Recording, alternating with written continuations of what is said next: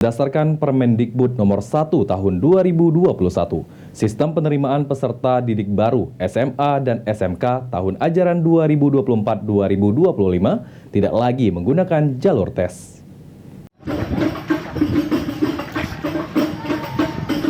Berdasarkan Permendikbud Nomor 1 Tahun 2021, sistem penerimaan peserta didik baru SMA SMK tahun ajaran 2024-2025 tidak lagi menggunakan jalur tes. Disampaikan oleh PLH Kepala Dinas Pendidikan Sumatera Selatan, Sutoko. Untuk tahun ajaran kali ini hanya ada 4 jalur PPDB untuk SMA SMK dengan rincian jalur zonasi 50%, afirmasi 15%, jalur perpindahan tugas orang tua atau wali 5%, dan jalur prestasi 30%. Sedangkan untuk sekolah yang masih mengikuti jalur tes diantaranya SMK dan SMA berasrama.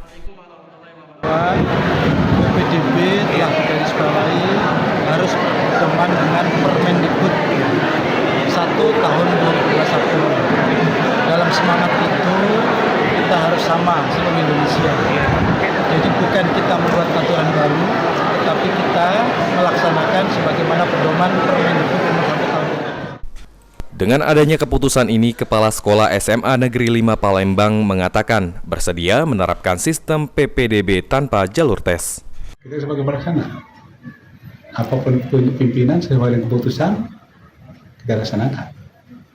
Jadi ini di tahun ini mulai diterapkan ya Pak, dengan PPDB yang tidak ada jalur tes ya Pak? Ya, selama itu perintah, kami laksanakan.